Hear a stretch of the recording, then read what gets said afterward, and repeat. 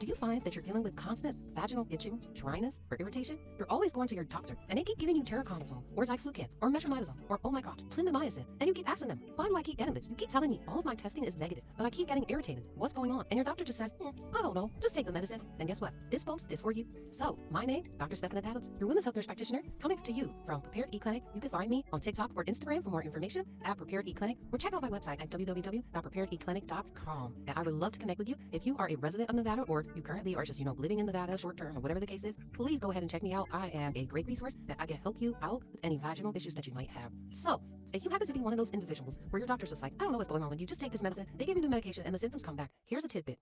Do you know that a lot of people with a vagina, oftentimes they don't have any clue how to take care of it, even though it's so simple? They think that using things like, Vagisil, honey pot, a vaginal facial, yoni eggs, what is this new thing? Well, it's not really new, but the vaginal steaming, that was actually an ancient tradition, but now we have more knowledge about it. All of those things. And what they're doing is they're creating more inflammation in the vagina, in the vaginal tissue, and it's causing chronic irritation, chronic inflammation, and it's causing issues, right? And then that's why all of your tests are coming back completely normal, and the doctor's just like, I don't know what's going on, because what it could be is an inflammatory process that you need to be treated for. Something like cytolytic vaginitis, So I wanted to teach you how to take care of your vagina, okay? So it's very, very simple. That's what it is.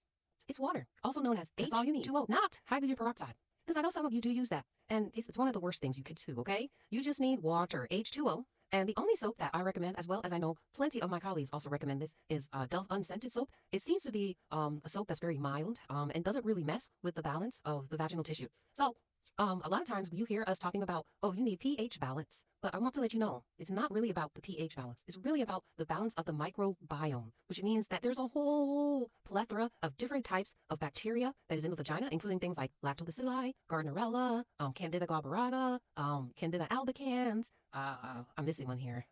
But what I'm trying to say is that there's basically this well-balanced, right, integration of these different types of bacteria, and they're doing this dance in the vagina, and they're very happy, and they're healthy, and they're whole, and they're functioning at their optimal wellness. And that's what you want. You want a vagina that functions at its optimal wellness. You want it to be happy. You want it to be glowing, right? So that way you can have a great vagina that you don't have to go back and keep seeing your doctor about, right? That you can have a great reproductive health, that you can have optimal sexual wellness with. So the key to that is water.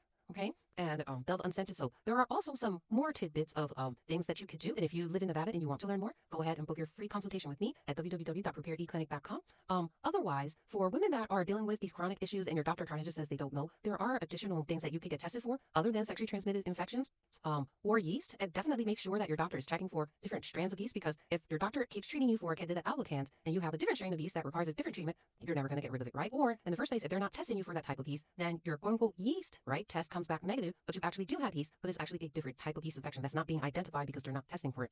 There's also different bacteria that we can test for too, other than just BV. So if you're dealing with chronic vaginitis and you just feel like your doctor's not listening, then you need to advocate for yourself and ask for additional testing for yeast and other bacteria that can be caused. If your doctor has access to a microscope, then you might want to ask them, if they have time to go look underneath the microscope and see if there's anything that they can identify. Unfortunately, not all clinicians are into getting the vagina's function to its optimal wellness, but definitely try to find yourself one that does.